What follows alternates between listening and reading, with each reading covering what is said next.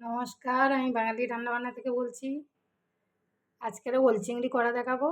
তার জন্য ওল আর গরম জল একটু সিদ্ধ করতে দিয়েছি, কিছুই দিইনি ওতে, শুধু সেদ্ধ করতে দিয়েছি।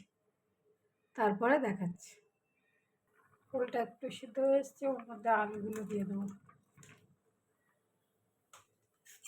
এটা একটু ভালো করে সিদ্ধ হয়ে যাবে। ওল আর আলুটা সিদ্ধ হয়ে গেছে, এবার নামিয়ে নেবো। এটা ওল চিংড়ি করে নেওয়ার জন্য ফোড়ন দিচ্ছি তেজপাতা, পাঁচ ফোড়ন,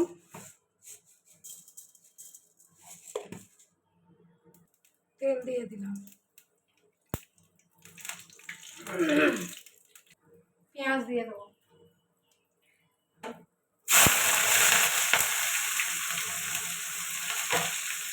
এটা ভালো করে ভেজে নেবো একটু।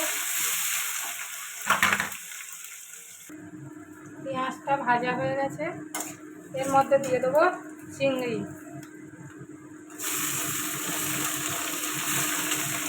চিংড়িটা ভালো করে ভেজে নেবো।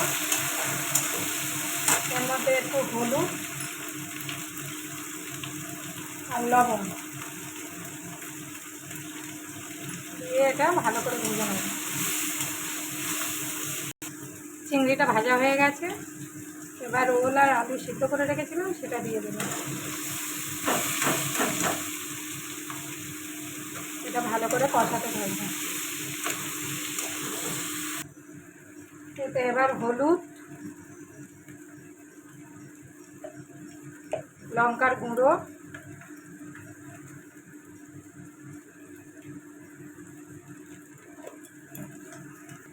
জিরের গুঁড়ো দিয়ে দিলাম। এবার ভালো করে কষাতে থাকবো। এতে একটু অল্প করে জল দিয়ে নাড়বে, যাতে মশলাটা ভালো করে কষানো হয়।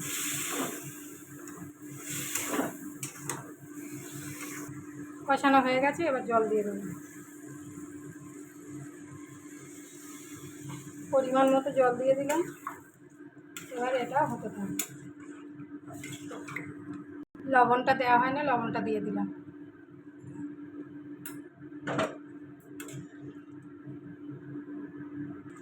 ওল ডালনাটা হয়ে গেছে, এবার নামিয়ে নেব। ওল ডালনাটা হয়ে গেছে, নামিয়ে নিয়েছি। যদি ভালো লাগে লাইক কমেন্ট শেয়ার করো, ফলো করে দিও প্লিজ। সবাই পাশে থাকবে।